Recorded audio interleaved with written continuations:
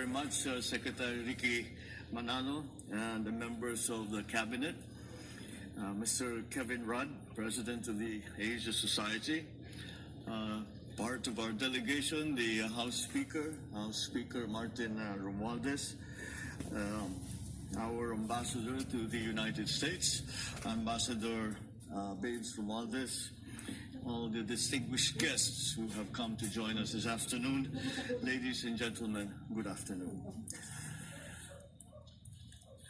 I'm honored to speak before this esteemed organization that is the Asia Society. I, of course, commend your efforts in providing a platform for dialogue and action in building bridges towards a common vision, a better future for us all. The shared vision creates a commonality of interest that enables collective action.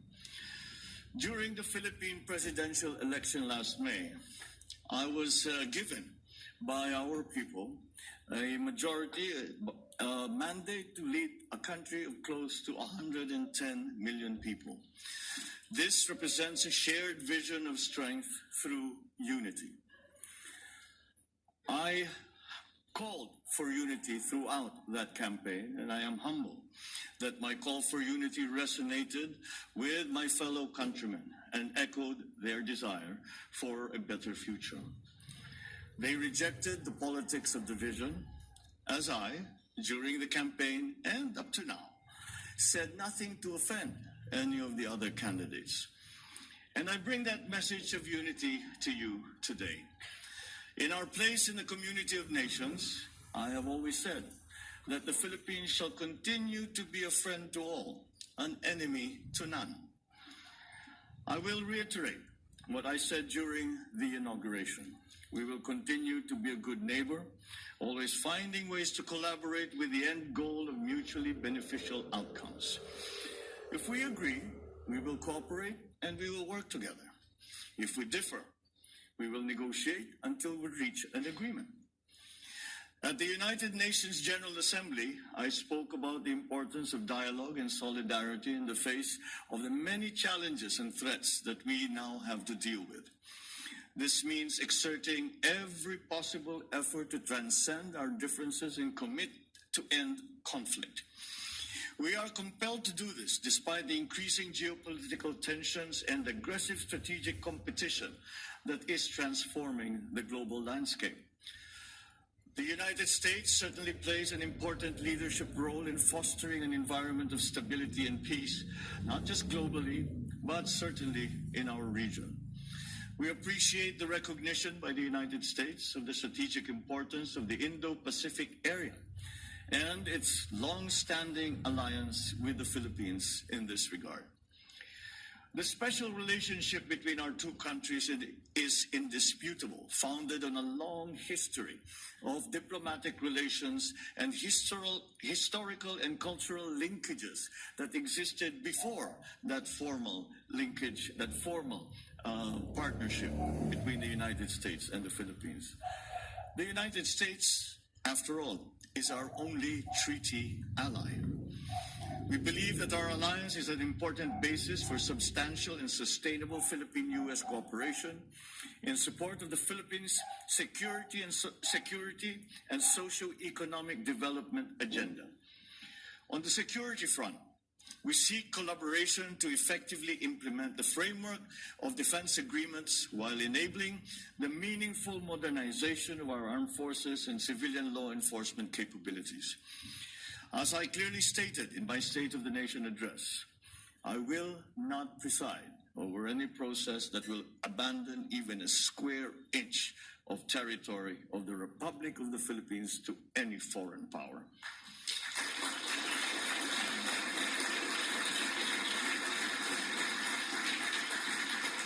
We know that we can count on the United States to uphold the international law-based order, freedom of navigation and overflight, and the sustainable use and development of maritime resources.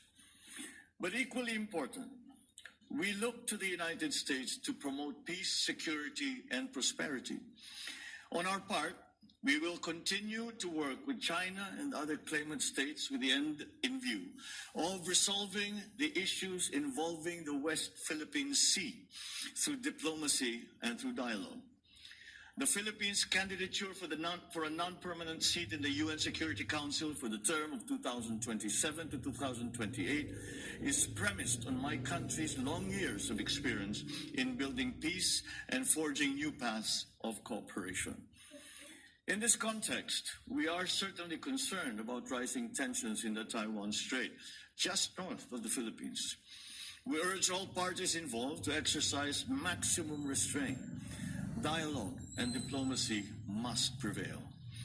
We adhere to the One China policy and have consistently called for the peaceful resolution of their issues involving Taiwan.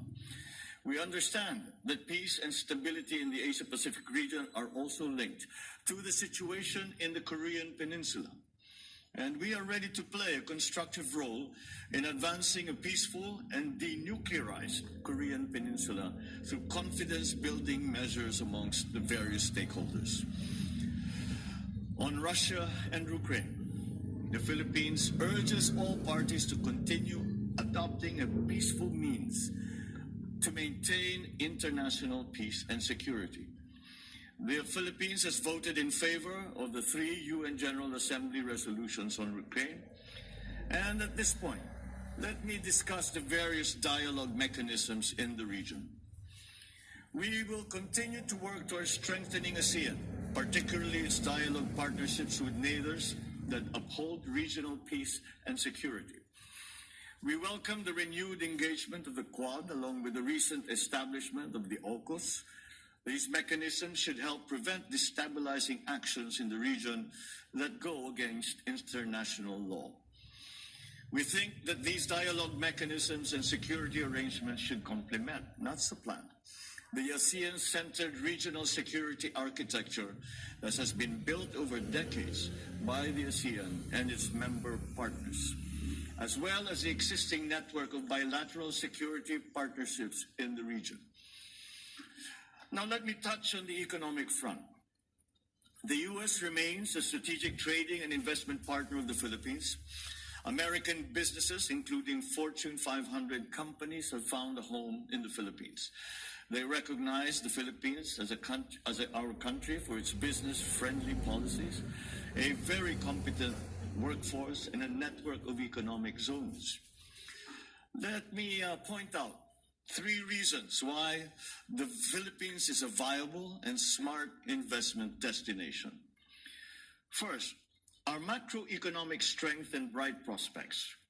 The Philippine economy expanded by 5.7% last year and by 7.8% in the first half of this year.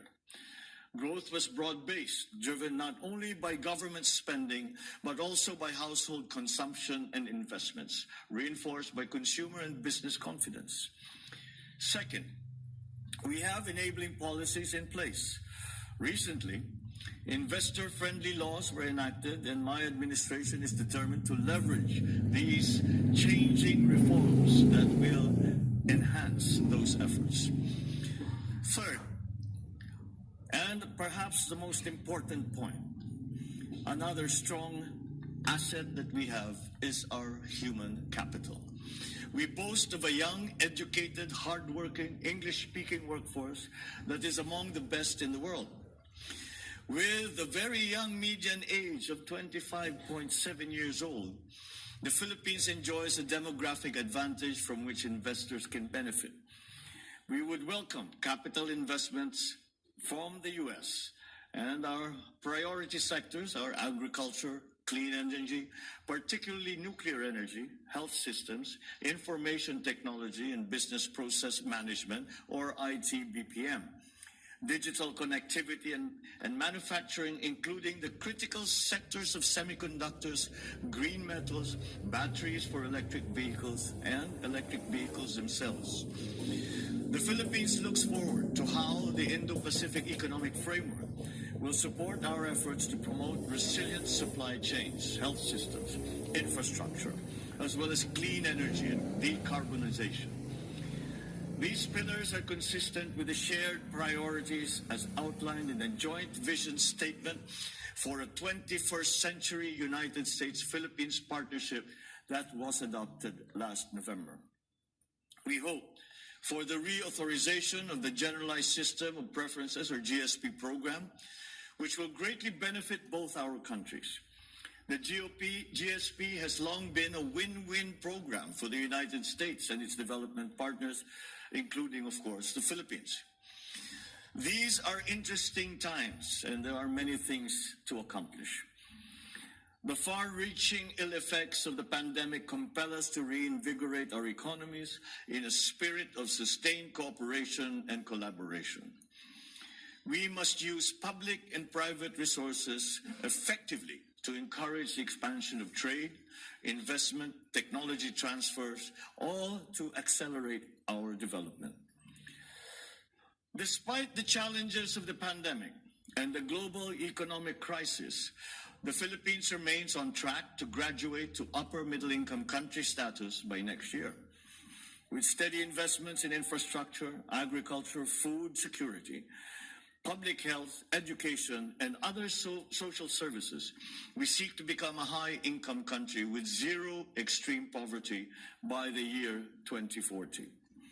The same spirit of solidarity and cooperation that animates our relations with foreign partners will also advance our efforts to address climate change.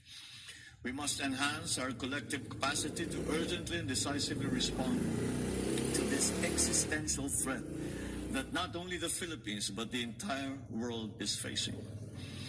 Certainly, the world continues to be faced by enormous challenges. But I am confident in the future because I have 110 million reasons for being so.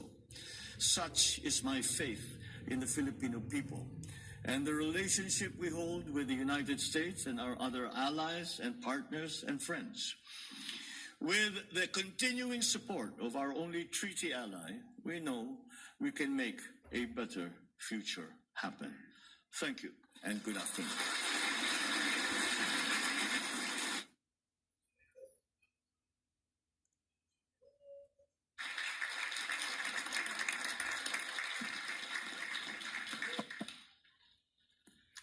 Well, thank you very much, Mr. President. 110 million people. Yes. That's, even for an Australian, I can work out that makes you the second most populous country in Southeast Asia. So, Indonesians out there. Yes. Philippines next, with the great advantage, as you've just said, of having 110 million native English speakers. This is quite remarkable. So, I'm really taken by the economic vision that you're putting forward for the country. In an earlier discussion today, you indicated there are some challenges still. The digitalisation of the economy has been slow. But in terms of the future, if you're looking at the digital economy, the renewable energy transformation, but also future secure supply chains, give us a sense of where you hope the country to be economically at the completion of this term. Well, to put it very simply, I've been asked what is the absolute end result that we are hoping to achieve. And it's very simple for me. No more, not one more hungry Filipino. And that is very simple. It's a very simple aim. It's a very simple goal. But I dare say it is not necessarily a simple problem to solve, and it requires a great deal of effort and thinking on the part of the public sector. But if it is the public sector's responsibility to attend to that social problem that we are facing, we are engaging, this is the new policy of this administration, we are engaging the public sectors, the private sector rather, as partners in that effort. We hope to leverage whatever it is that the government can do to maximize the effects of what development we are able we are able to encourage, and to the benefit of those who have come to help us, our partners, our investors, and of course to the benefit of the ordinary Filipino. And so as I came into office, of course, the primary concern was the economy. The primary concern was the livelihood of Filipinos. And this is why we have come to the conclusion with economic managers who we have engaged and have asked to join government. I believe that we have the best and the brightest of our economic managers, with all of whom have a long history of success and a true understanding of the problems that Filipinos face, and furthermore, a true understanding of what we need to do to solve those problems. And again, we have managed to engage our private sector partners and to be part of this effort. And I do not think that we could manage to do this by ourselves in the public sector. To take that point a little further, I would say that not only private sector partners in the Philippines, but also the partnerships between governments and the Philippines, as partners, as allies, as friends.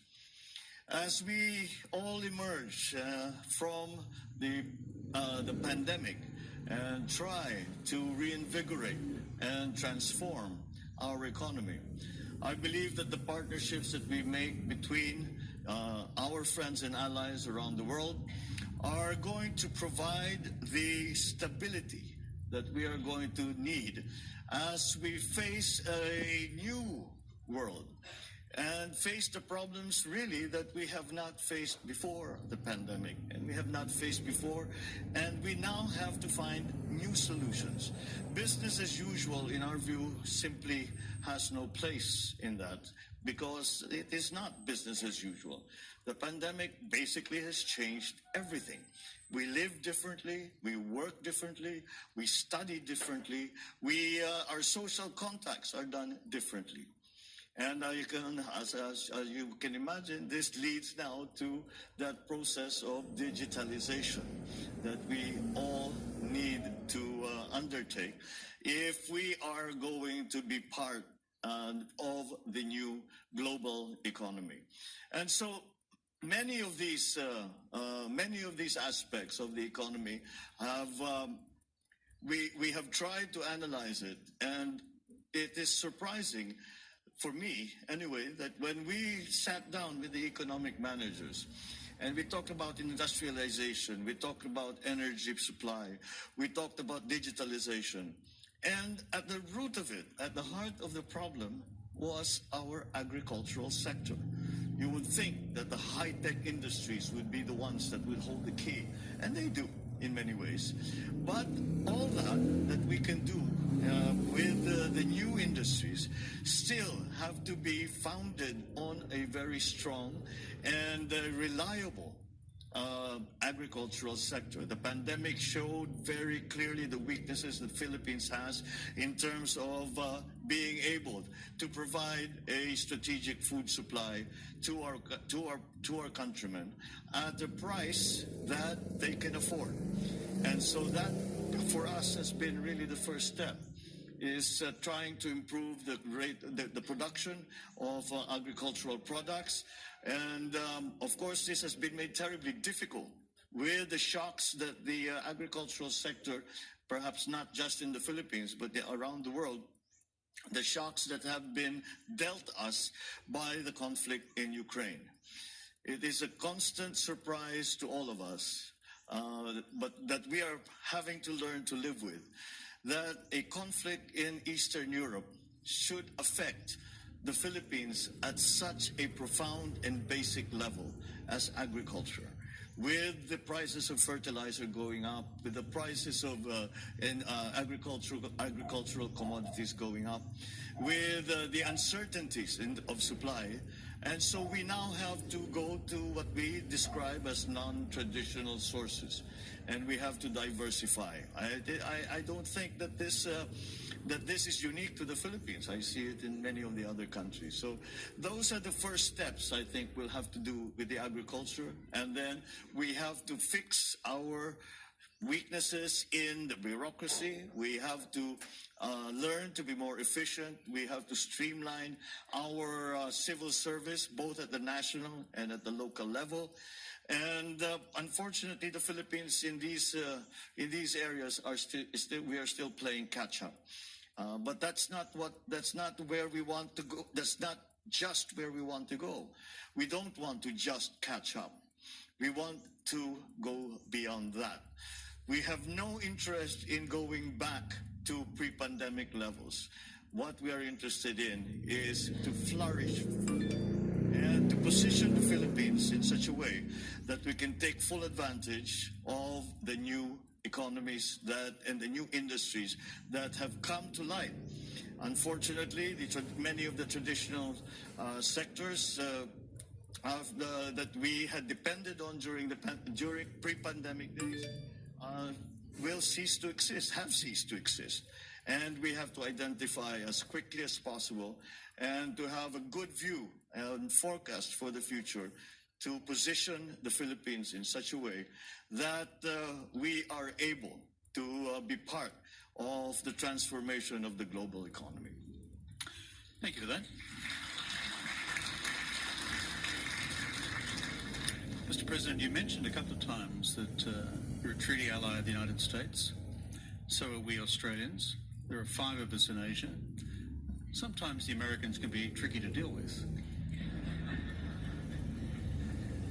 I don't think you'll get any contradiction from the Philippines on that. But they're good people, and they've been reliable security partners. So tell me, in a nutshell, how's it going with Uncle Sam? Because it wasn't going so well under President Duterte. Well, in a sense, despite the fact that my predecessor, President Duterte, had a very different treatment of the relationship between the U.S. and the Philippines. The basic premise of the strong relationship that has been developed between the U.S. and the Philippines over more than 100 years, beyond the time that we had a formal diplomatic relationship,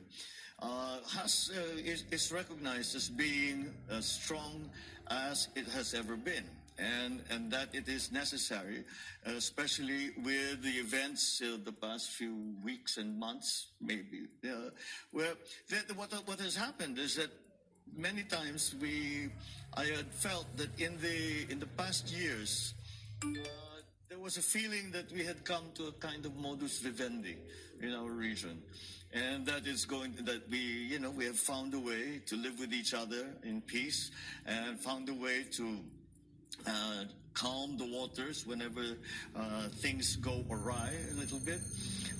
But again, the events in the last few months really have pointed out that those problems had not really gone away. They were just bubbling under the surface, and they now have come above the surface, and we have to face those challenges, and we have to deal with them. So the United States, the partnership between the United States and the Philippines is going to be certainly a very, very important part of being able to manage those problems that we have been facing.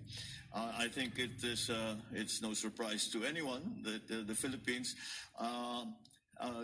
has some of these conflicts with the People's Republic of China, and the position that the Philippines takes is that we have no territorial conflict with China. What we have are China claiming territory that belongs to the Philippines.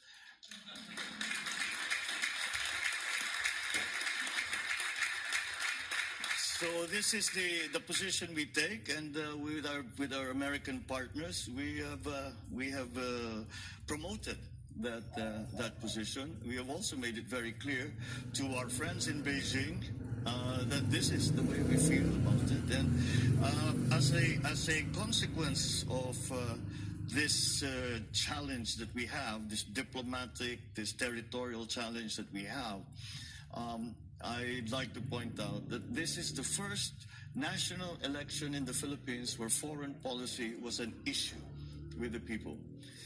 Generally speaking, in our experience, the foreign policy, the ordinary citizen, the ordinary voter, would say, well, foreign policy is not really our concern. Let the experts in government decide that. But when it happens that our fishermen are not allowed to continue with their livelihood, to fish in areas where they have fished for the last 30, 40 generations, then it becomes an issue right at the gut of our people. And that is where we find ourselves now.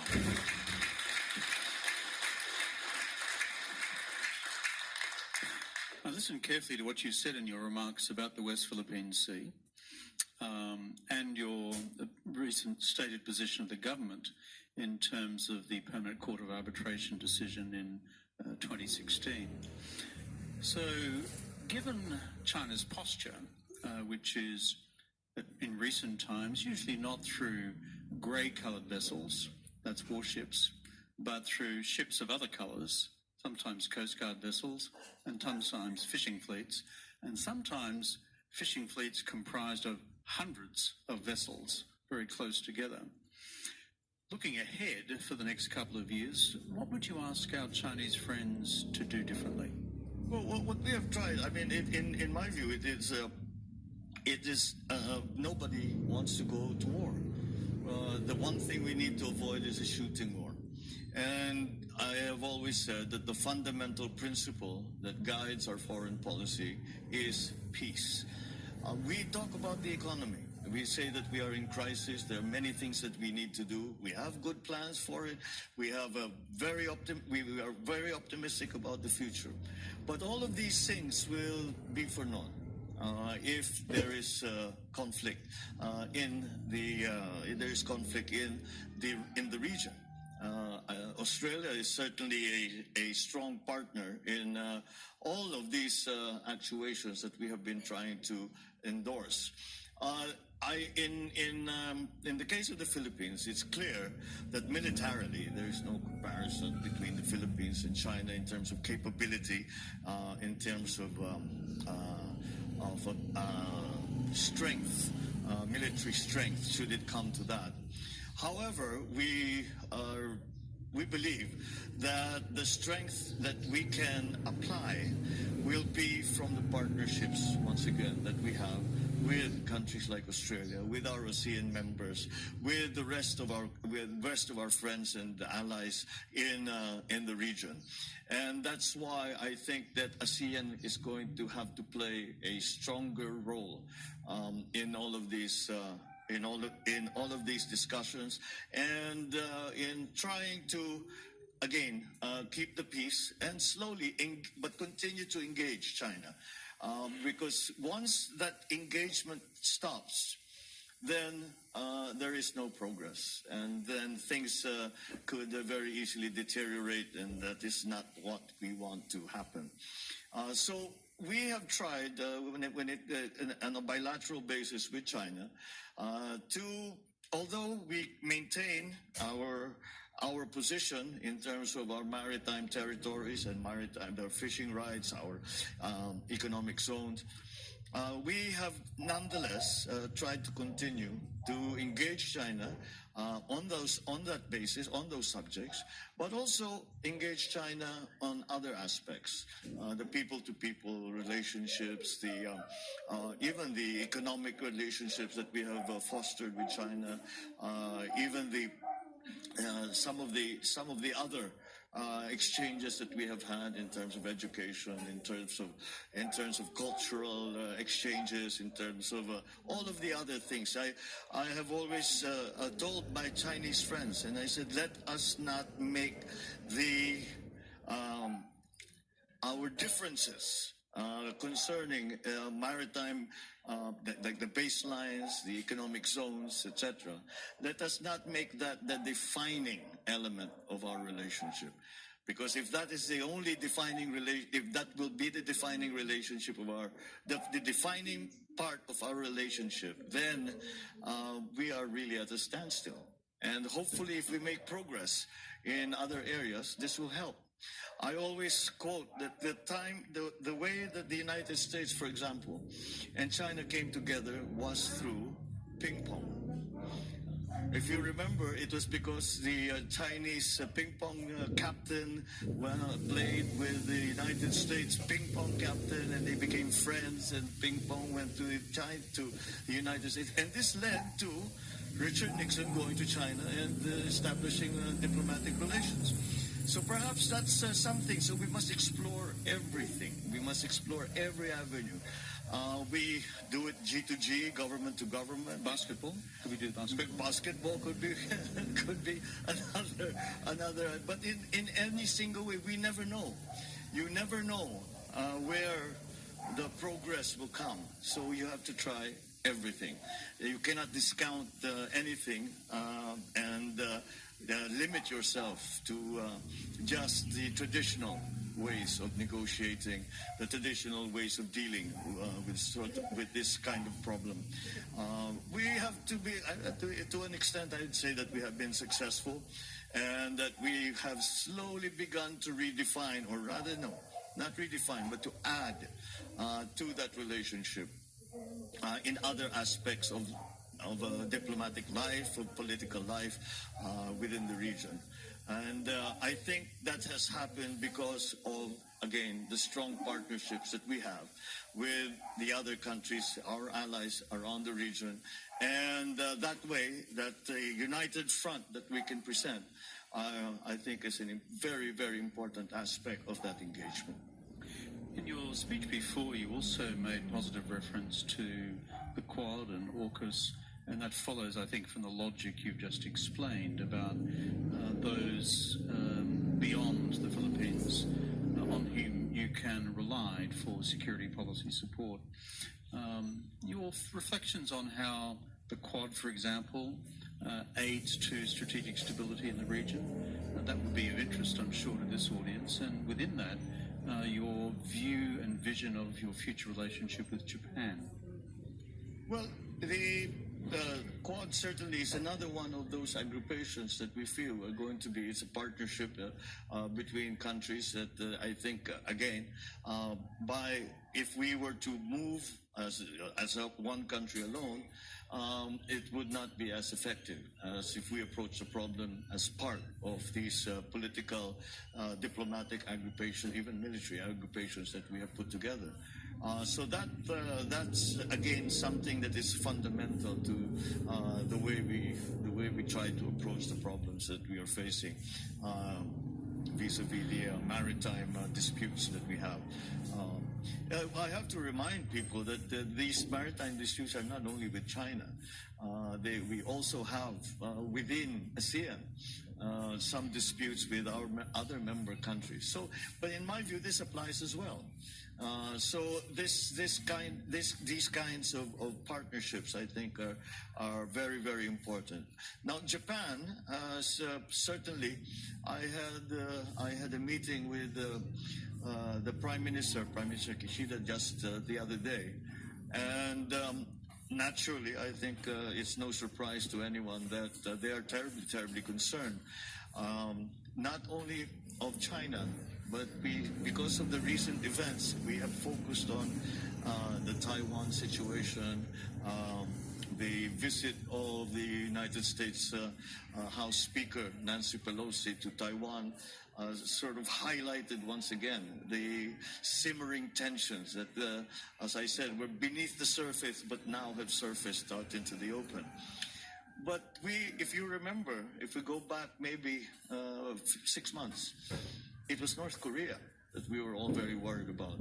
And it is exactly that I think that aspect of it that Japan is also worried about, because when you have missiles flying over your in your skies and into the sea, it's not so very surprising that Japan will be alarmed. And again, that is part of the relationship that we have between ally countries. Japan is an ally.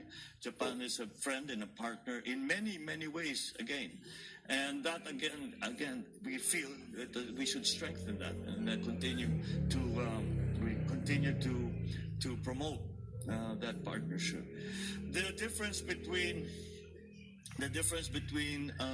right now, anyway, between the conflicts or the disagreements between China and the rest of the countries around the area and Korea is Korea has threatened to use nuclear weapons. And that would be a complete disaster. And that there is no way that the Philippines will be somehow exempt from that sort of conflict. And it's very interesting to watch what's happening in Russia and Ukraine. And it's very worrisome because if there is a possibility that nuclear weapons suddenly become, even tactical nuclear weapons, not strategic nuclear, but tactical nuclear weapons become part of that equation, then we will see the normalization of nuclear weapons nuclear weapons will become conventional weapons. And perhaps that will encourage other nuclear powers to exercise that nuclear option, which, as we all know, is going to be is really end of world scenario. So, to take the point a little further, we are beyond the Cold War. I do not subscribe to the spheres of influence like we had during the Cold War. So we see that the nuclear weapons should not be. We should abandon the idea of nuclear weapons as deterrence. And really work towards bringing down the stockpiles of nuclear weapons in the world, and with, of course, the ideal result of them being taken away and no one having any nuclear weapons. Now, that's easier said than done. That's easier said than done because each country that has nuclear weapons have a different view on the subject and feel that they must have it because they have enemies that they feel that need to be deterred. So that is, I think, where we go. If we take it that's as far as we can take the analysis of the conflict. It's something that it is something that we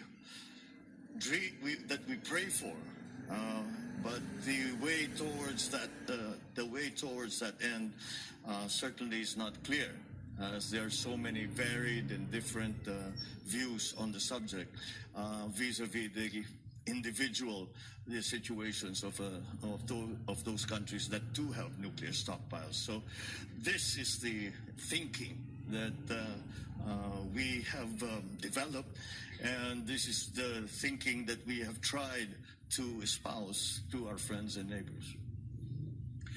Your comments just now about the legitimization of the use of tactical nuclear weapons, I think, are extraordinarily important.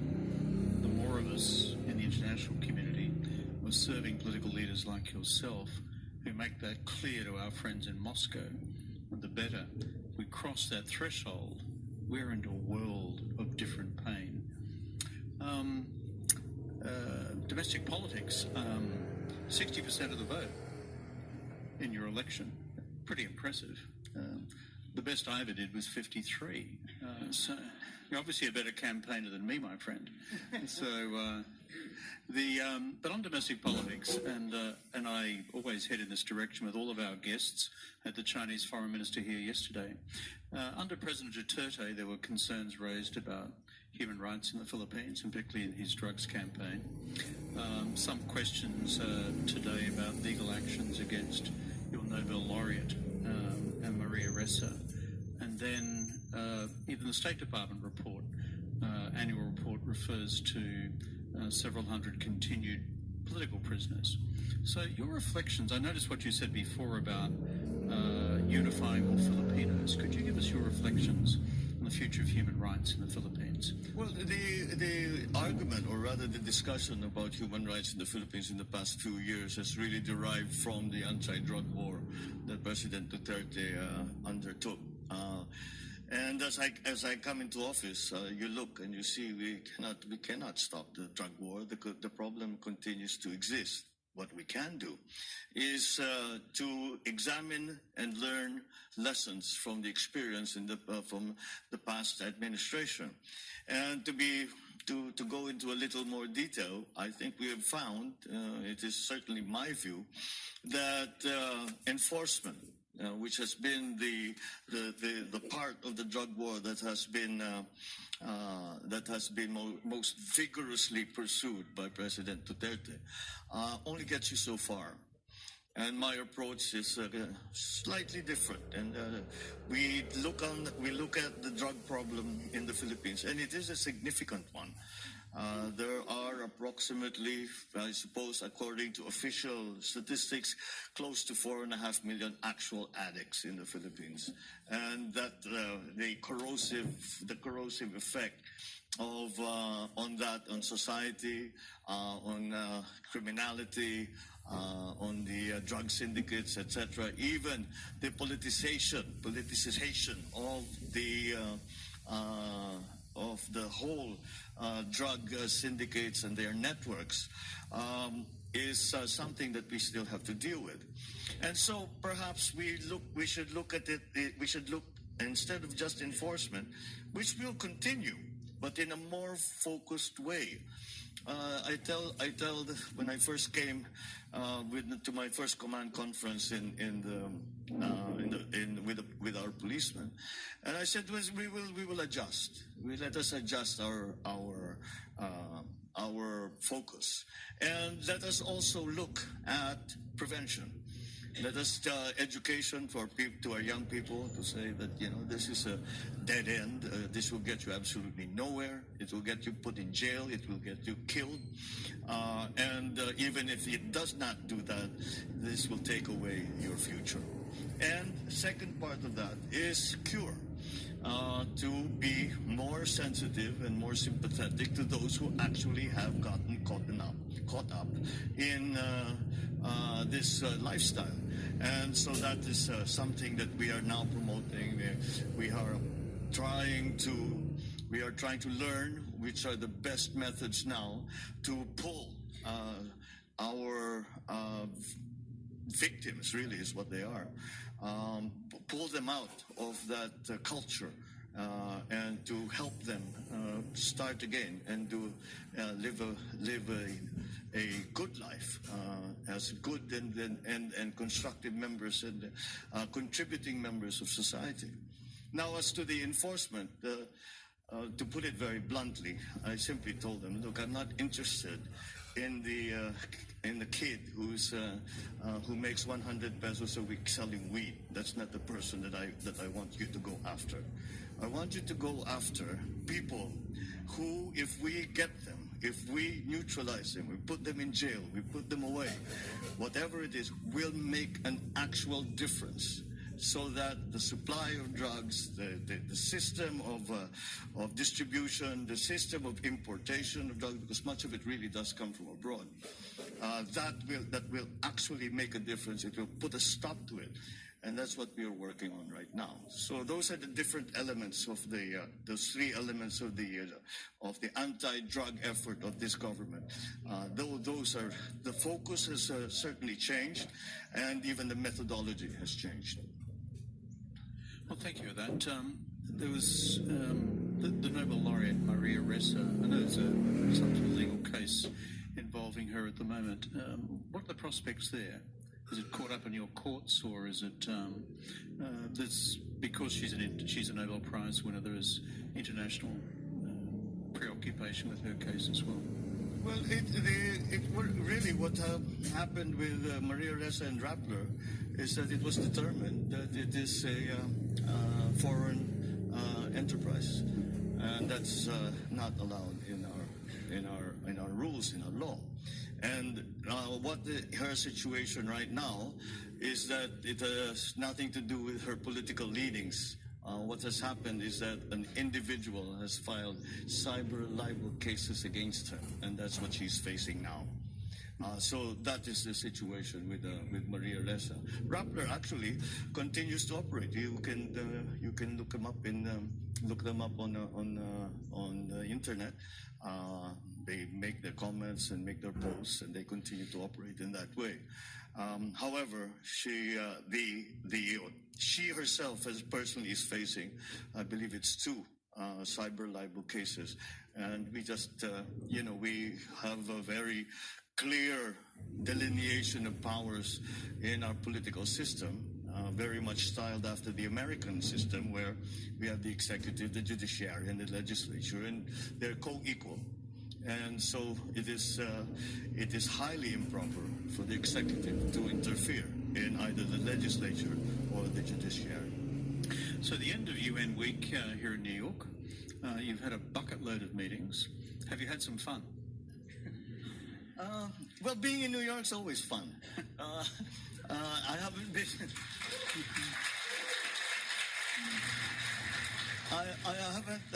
I haven't been in New York for a good long time, actually. Just for whatever reason, it's been.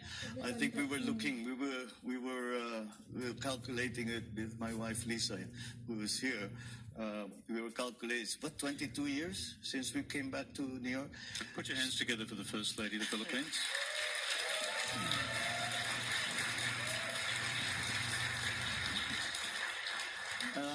It's been 22 years. She practiced law here for many years. And so she's really part of that song. She's a native New Yorker. And we missed it. We missed it terribly.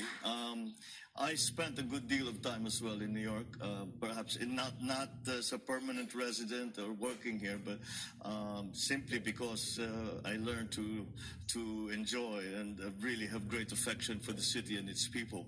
And we missed it terribly, and we were very happy to be given the chance to come back. But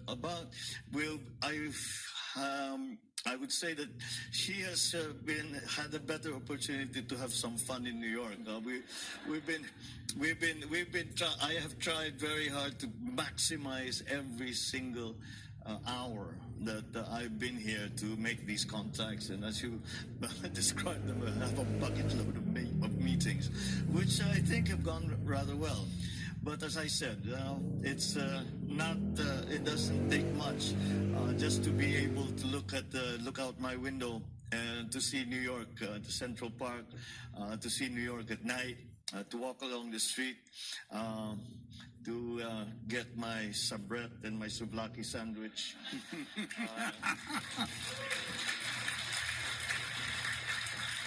Go to Katz, have a pastrami on rye. Did you go to Essa Bagels to get your bagels? And I'm a happy camper. Doesn't take much. Yeah, well, I have much the same sentiment about this town. Yeah, for a small town, it's not bad. Mr. President, as you said, UN General Assembly Week, I always found to be a bit like speed dating for heads of government, in the door, out the door, in the door, out the door. You are such a welcome guest here at the Asia Society.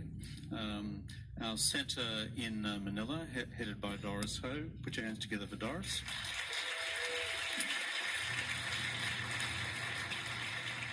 We're a global family. We have 15 centres around the world, and including in Australia, but we have 5 centres here in America. You are always a welcome guest here because we wish your country, the Philippines, all the best for the future. Thank you, Mr. President. Thank you, Mr. Kevin Rudd, for those very kind words, and thank you all, members of the Asia Society, for this very warm welcome that you have given me. Thank you very much indeed.